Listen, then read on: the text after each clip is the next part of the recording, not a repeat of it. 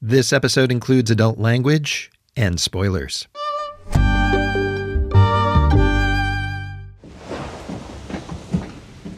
In the late 80s, Rebecca Hall hadn't starred in movies like The Prestige yet.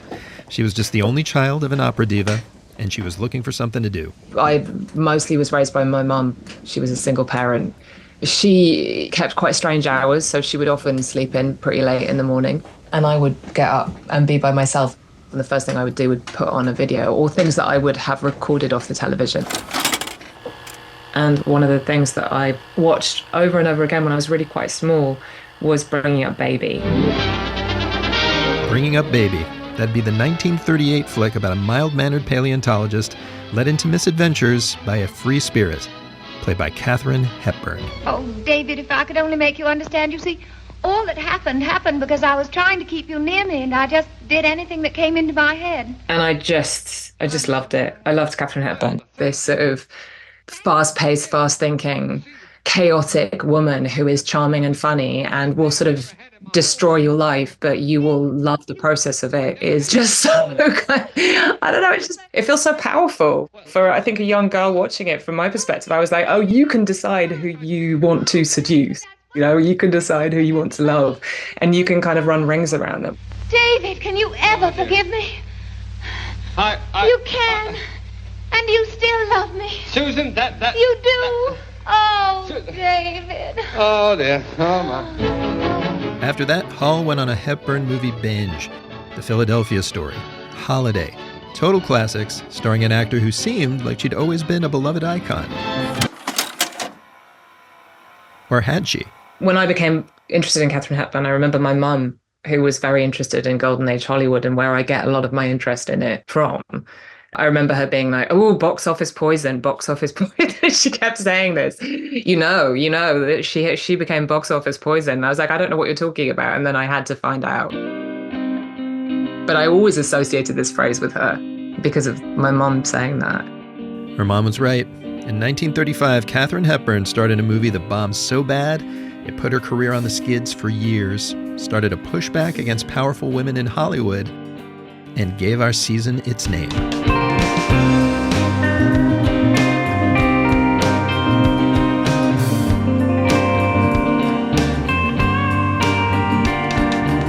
I'm Rico Gagliano. Welcome back to the MUBI Podcast. MUBI's the streaming service that champions great cinema. On this show, we tell you the stories behind great cinema. This is Season 7, which we've been calling, yes, Box Office Poison, and it is inspired by the new book of the same name by this guy. My name's Tim Roby. I do film reviews in London for the Daily Telegraph. Every episode, with help from Tim and many more, we are diving into the story of a good film that did bad box office.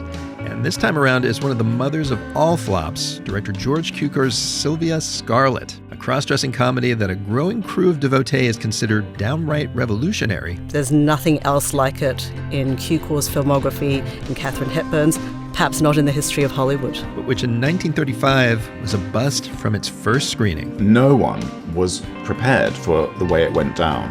One of the worst preview screenings that Hollywood had ever known. To me, it's the story of a couple of outsider artists who almost accidentally made a movie way ahead of its time. So pull on your most mannish duds. Here's the gender-bending tale of Sylvia Scarlett.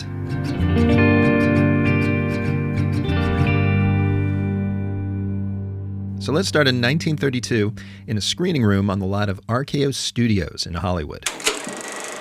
I imagine a ton of cigar smoke hurling through the light from a projector as two guys in suits watch the first screen test of a Broadway starlet named Katharine Hepburn.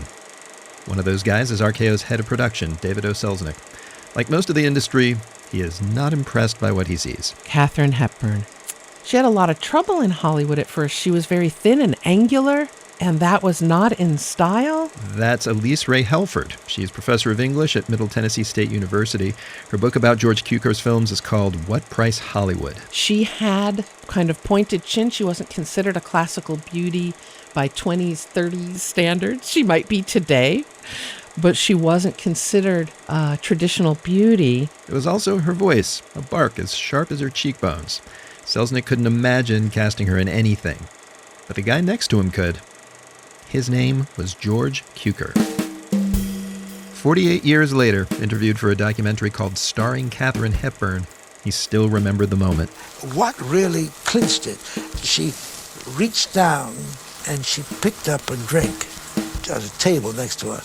And she did that with such deep feeling and such power that I was very impressed with that.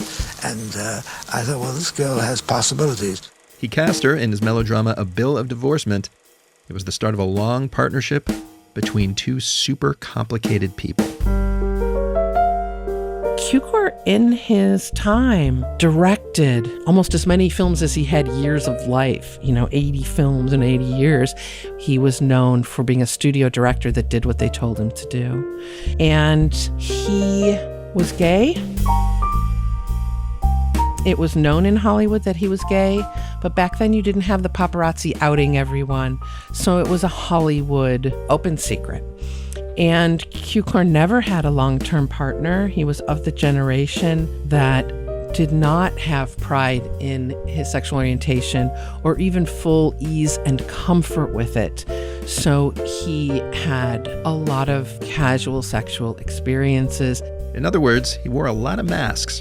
He was a guy at the social center of Hollywood's gay scene who also aimed to please audiences of the straight mainstream, the son of Hungarian Jewish immigrants who aspired to the Gentile life. The more public face and the side that he was most proud of was he would have these Sunday dinner parties where he'd have the cream of the crop of British Hollywood royalty. So Laurence Olivier and Vivian Leigh. And Cukor even liked to spell words with British spellings. He would spell color with a U in it and thinks he was a Britophile because he thought that was classy. And so were his movies, sparkling screwball comedies, subtle screen adaptations of theater hits. Katharine Hepburn fit right into his world, artistically and personally. They just got along. I mean, this is my argument. I don't know what other people would say. She had that pretentious New England accent. Do you know how she always sounds like different than all the other characters? Her kind of almost Boston-y kind of accent. And he had his British pretentiousness. Yeah. And so it may be that they felt they were playing a lovely life game together, doing these kinds of things. She was stubborn. He was stubborn. He loved to direct. She loved to act and be directed.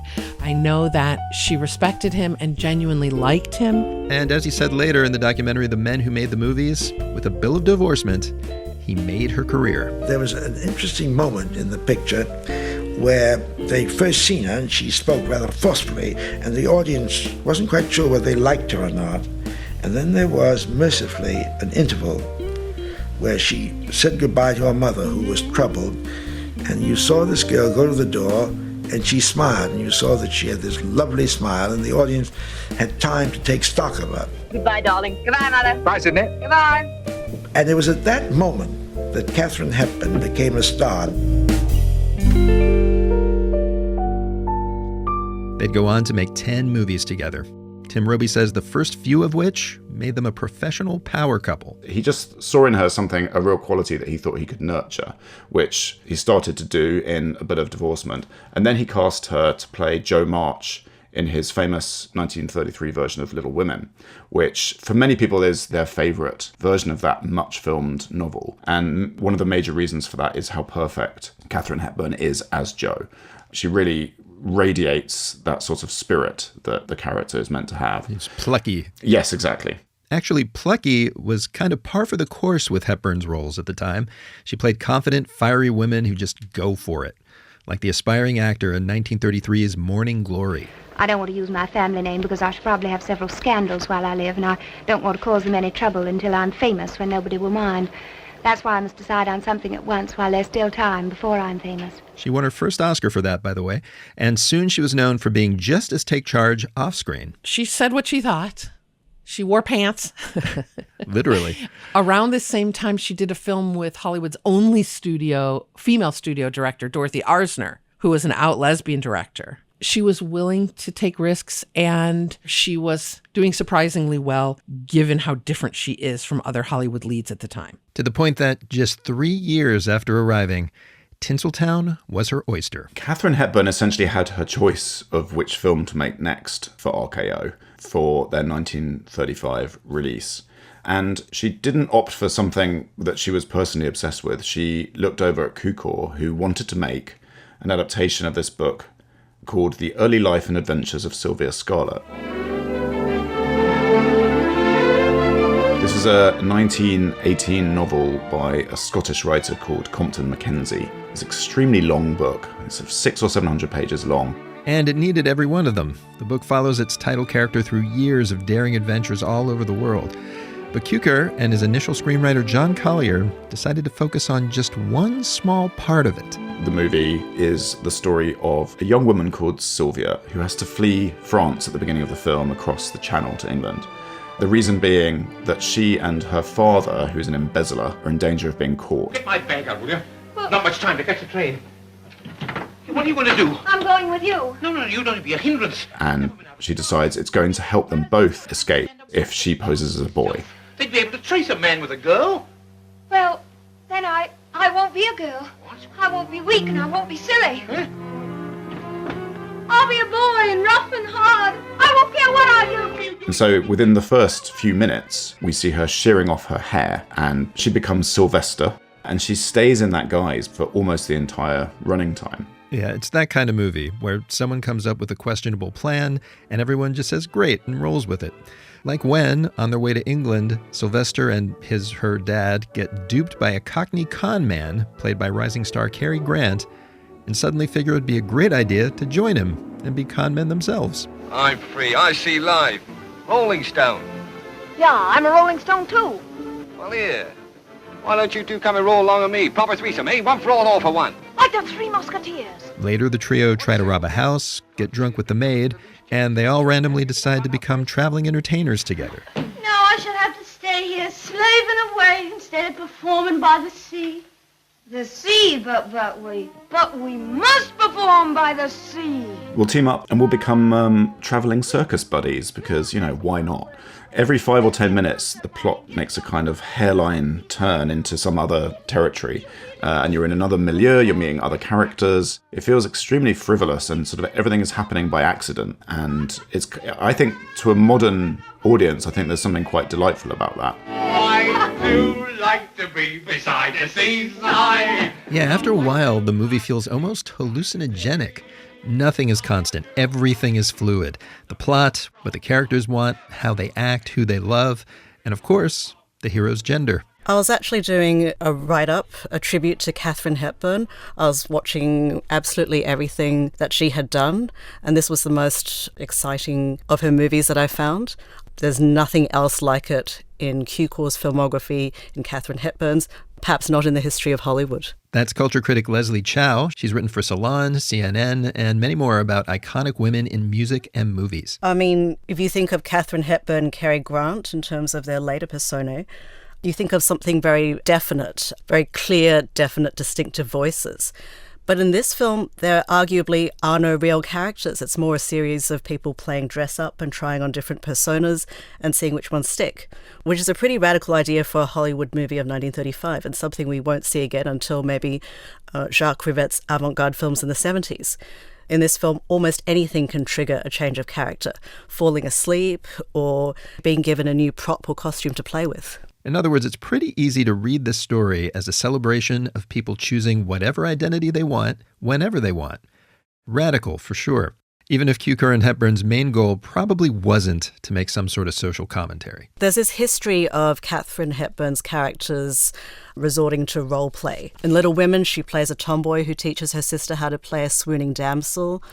I think Katharine Hepburn reaches a peculiar intensity when her characters are playing someone other than themselves. So it was probably exciting for Cukor to have a film where that was the basis of the character, transformation, cosplay, role play. Interesting. So you think that he comes upon this book and is like, Katharine Hepburn could really sink her teeth into this. Right.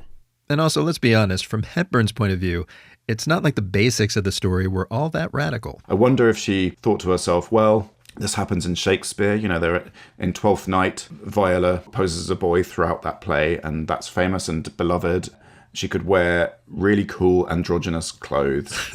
And she's not the only actress who was dabbling in this sort of thing in 1930s Hollywood. If you think about Marlene Dietrich and all of those suits she wears in Blonde Venus and the kind of black ties she wears. So perhaps Hepburn was sort of thinking to herself, I'm going to dip my toe in that Still, there are moments in this movie that everyone involved just had to know were toying with sexual taboos of the day. No. Hold still now. Wait a minute. I'll get there. Like the scene where that maid draws an eyebrow pencil mustache on Sylvester, says, I say, I wonder what it'd be like to kiss anybody with a mustache like that. I don't know. Let's try. and then totally macks on him, unaware she's kissing a woman. Don't you like kissing? It's our time to add some practice.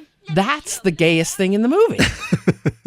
And I think they thought it would be fun. Oh, yeah. Like one argument that I find very persuasive is, like, say, magazine advertising. When they used to do the Guess ads that would have young, pretty men in underwear. A woman looks at it and goes, wow, that's great.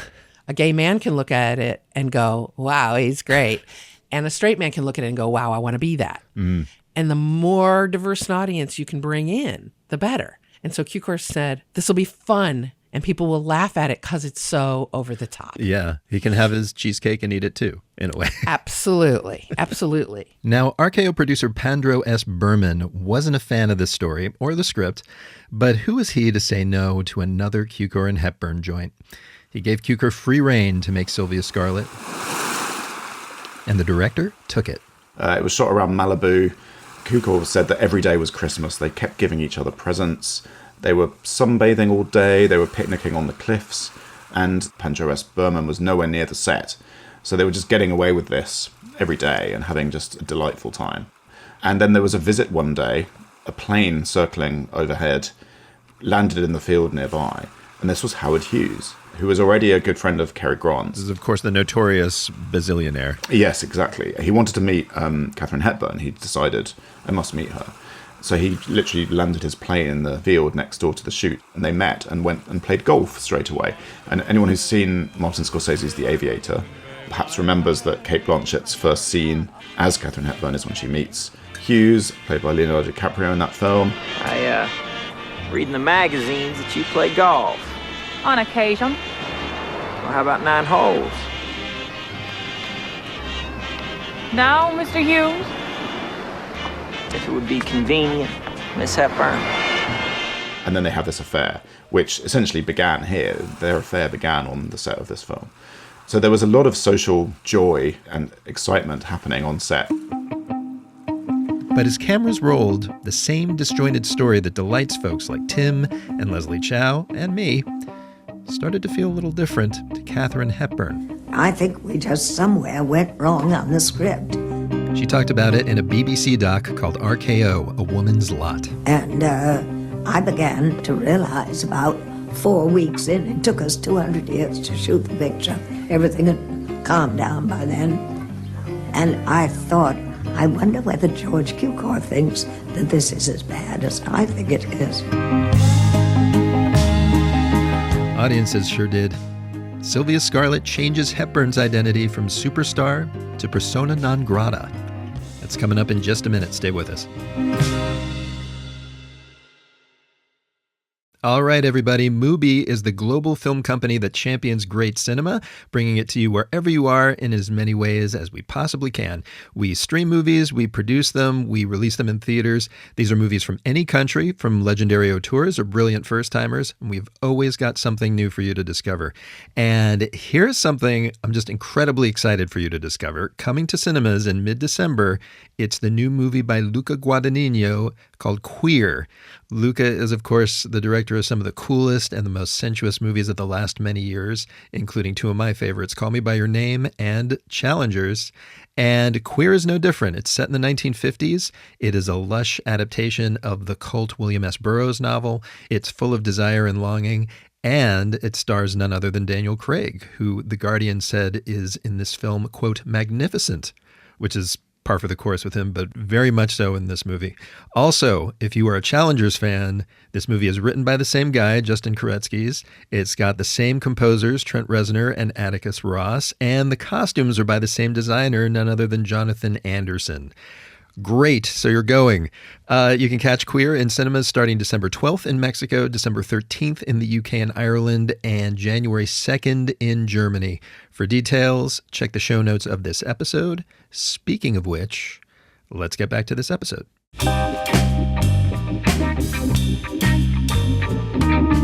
So it's 1935. Production on Sylvia Scarlett is marching on in Malibu. And despite Hepburn's misgivings, the vibe on the set is staying pretty good. So there was just this benevolent chaos that I feel as though I would love to have been on set for the movie. I feel as though everyone was just having the best time. But the costs were rising. $641,000, a third more than Little Women cost, and the most expensive movie RKO made that year. And it's not like this was some musical spectacular. The film doesn't have particularly elaborate sets or anything like that. You can't really see where the money is going. There's a lot of location shooting in it. But they spent quite a bit of time making it, and I feel like they had a lovely party, essentially, and the cost just kept climbing. I guess, there was a lot of champagne flowing. Meanwhile, if Cukor shared Hepburn's worry about the loosey-goosey story, and he did later confess some scenes felt, quote, very difficult to direct, at the time, he kept it close to his chest. I suspect he's slightly lying to himself about it, just hoping that he'll get away with it, and that people will just respond to Hepburn in it the same way as they had to her in Little Women, that his rather loose hold on the plot won't matter too much. Because there are other Cukor movies which have slightly loose attitude to their plotting as well. But no one was prepared for the way it went down when it was first screened in December 1935 in San Pedro, one of the worst preview screenings that Hollywood had ever known. San Pedro, a port neighborhood in southern LA. Not exactly glamorous Hollywood. Sometimes I feel as though there was an element of worry that we need to suppress bad buzz that might be trickling out about the film within the Hollywood community. So you try and hide it by doing it a little bit out of town. So that's what they did in San Pedro, but unfortunately the screening was such a disaster that it was impossible to suppress. Hepburn was there with her co-star, Natalie Paley. And Natasha was sitting next to me, and she said, Kate, why don't they laugh? And I said, because they don't think it's funny. No one was laughing from the word go. The entire comic conceit was falling flat. No one liked Katharine Hepburn being Sylvester. According to Cukor, people were literally running out of the aisles to escape the film. The president of RKO, B.B. Kahane, was pacing around at the back, apparently just head in hands at the amount of money they'd spent on it. And Hepburn remembered going to the ladies' room for a breather and finding this woman lying down there, prostrate on a sofa, sort of fanning herself. And Hepburn said to her, "Did our picture finish you off?" And all the woman did was just roll her eyes to the rafters, as if to say, this is the worst thing I've ever seen. By all accounts, Hepburn and her director knew immediately the gig was up. They escaped by limo and rendezvoused with Pandro Berman at Cukor's house. In that BBC doc about RKO, Berman remembered their mea culpas. Catherine and George, who wanted to be nice to me, said, "We loved it, and you hated it, and you let us make it, which was very nice of you, but we're very sorry, and we want to make up to you for it. We will both make the next picture for you free of charge." They said, "Don't worry, you don't have to pay us. Just consider this one a write-off." Who would ever do that these days? No A-list Hollywood director or star would ever say such things. Yeah, it's like Tom Cruise is like, "I'm really sorry about that. The next Mission Impossible is on me." Exactly, yeah. Anyway, Berman, for his part, did not accept the offer. I said, "God Almighty, heaven forbid, I never want to see either one of you again." The film lost RKO over $360,000, one of their biggest flops ever. Plenty of critics pinned the blame on the movie's perplexing plot, but some folks blamed Hepburn and her character right from that first grim premiere. There was one report card that came back from someone in the audience saying, rather prudishly, "My only reaction was one of repugnance at witnessing such a lewd portrayal." Which seems a little much, right? Sure, the hero was a girl dressed as a boy, but gender swap comedies go back to Shakespeare, remember? In fact, a few years after this, Cary Grant himself played a soldier who's got to go undercover in a dress in I Was a Male War Bride. Oh, wait a minute. I forgot something. What? Can you talk like a woman? You be like this? Oh, that's awful. Can't you do better than that? No. No one batted a false eyelash. But Sylvia Scarlett's hero was different in a crucial way. Yeah, this is one of my favorite things about the film, is that she stays in the male disguise long past the point where it's actually necessary, and to the point where it becomes almost quite deranged that she does so. And the only real explanation, even though I'm not sure that Cukor and Hepburn would have admitted this to themselves or put it this way, is that she wants to be a boy. She wants to stay that way. She's more comfortable in that skin. You know, like, I think people were comfortable with the idea of doing a gender swap if it was like, ha ha, look at this, isn't this a hoot? But, like, she's not playing, you know, that character isn't playing. You remember Rebecca Hall from the top of this episode? She says, actually, in this movie, the heroine has the hardest time being a girl. Poor Mama. It's that old adage of the mask reveals the truth, because she doesn't ever perform masculinity. In the beginning of the film, she's performing femininity, being the daughter, and she looks completely constrained, and she gives kind of a bad performance of being like a sweet, doting daughter. And you start off the film sort of thinking, oh God, like, what's she doing? You got me, Father dear. I'll work for you just as hard as Mother did, and I'll cook for you. You don't know. Yeah, that opening sequence is so over the top. It's almost ridiculous. It's ridiculous. It's like an old school, like 1800s melodrama or something. Totally. And then, you know, she becomes this boy, and suddenly she's, you know, you don't see her doing the stuff that you'd expect. You don't see her like, oh, I've got to remember to perform masculinity. You just see her sitting down and like walking how she feels comfortable walking, and like smacking someone in the face because she's mad. I hated his rotten face the minute I saw him. I'd like to see him again now, Leo. I'd give him a smack in the jaw. I'd take hold of that oily black hair of his and... It's like she's expressing herself, and then you look back at the beginning of the film and you're like, oh, she was completely... That was the performance when she was being the good little docile girl. Oh, what a nerve!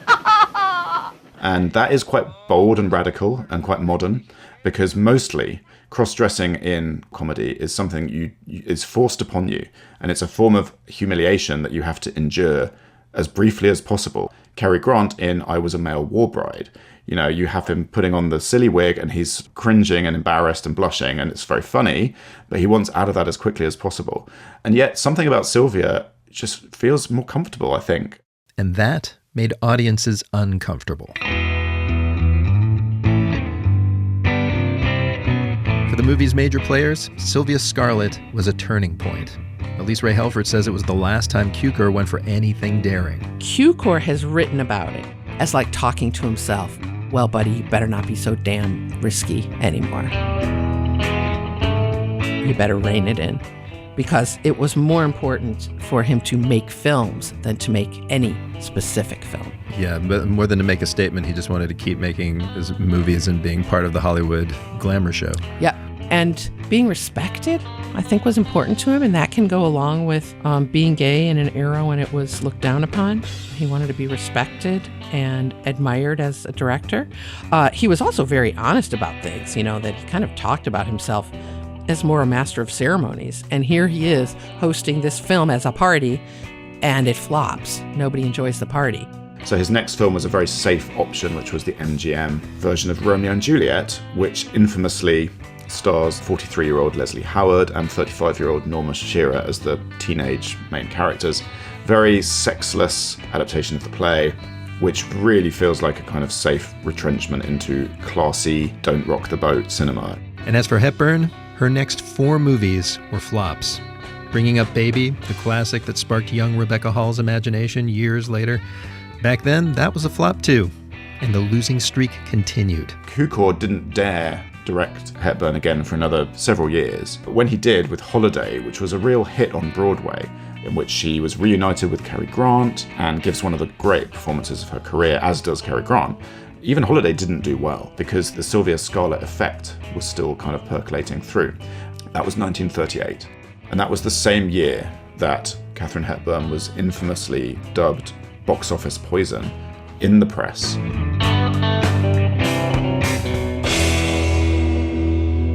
Well, not so much by the press as by a big chunk of the film industry.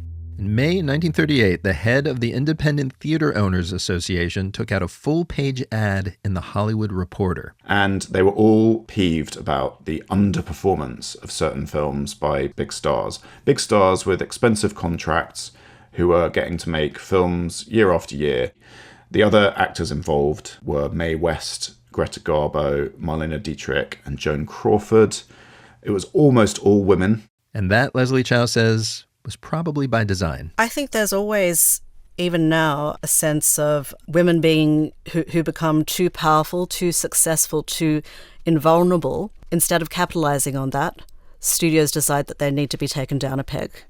And this was a very efficient way of trying to wipe out the careers of female stars who had gotten too big, maybe too expensive and too powerful.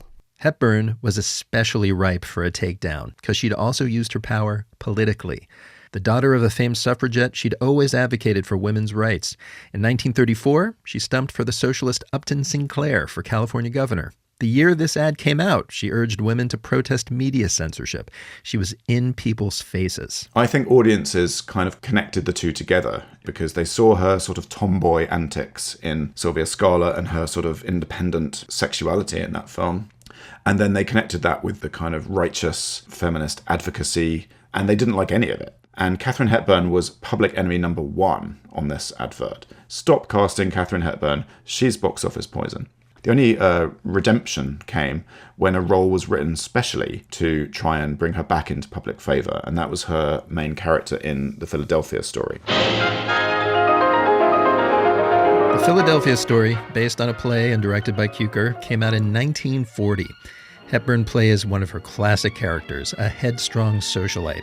Except this time, right off the bat, she and symbolically Hepburn get put in her place in a wordless scene where she tosses her husband, played by Cary Grant, out of their home, along with his golf clubs. These kind of phallic symbol, masculine sports tools. And as she's throwing them out, the last golf club she breaks over her knee and throws it.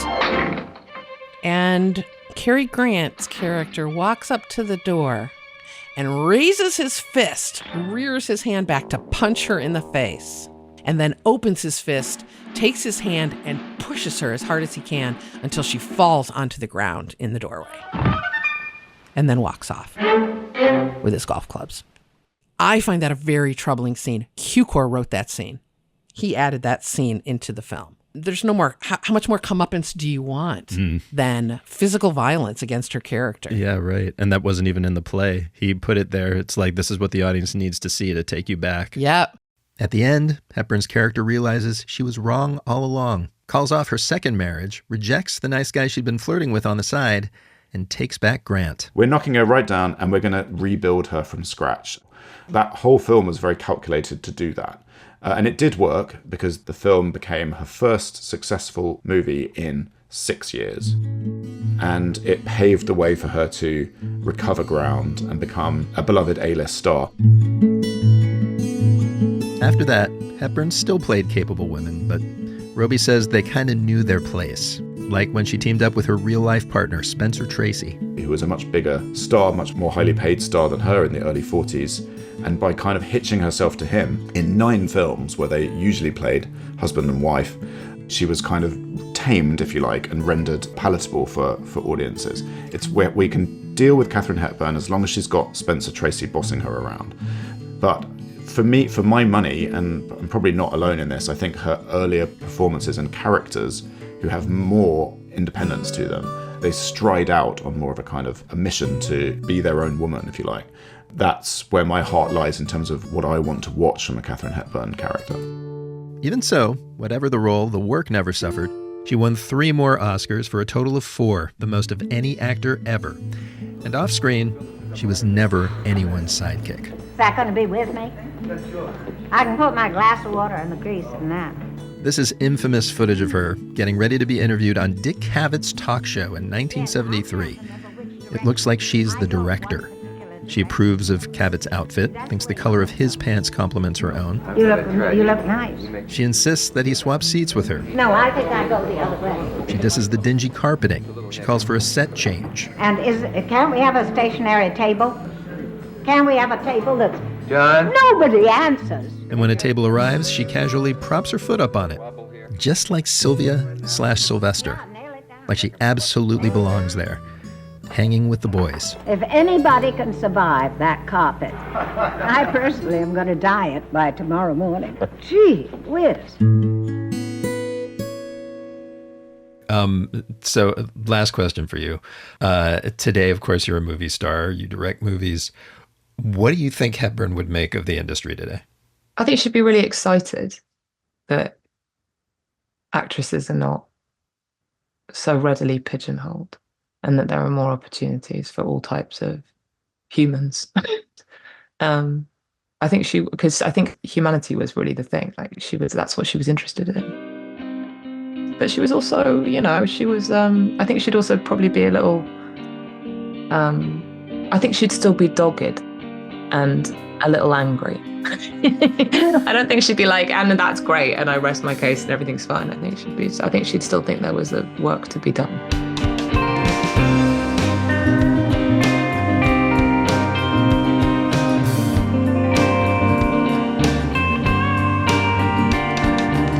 And that's the MUBI Podcast for this week. Follow us this season for more stories about great films with bad box office. Next time, indie heroes the Coen brothers get paired with blockbuster producer Joel Silver.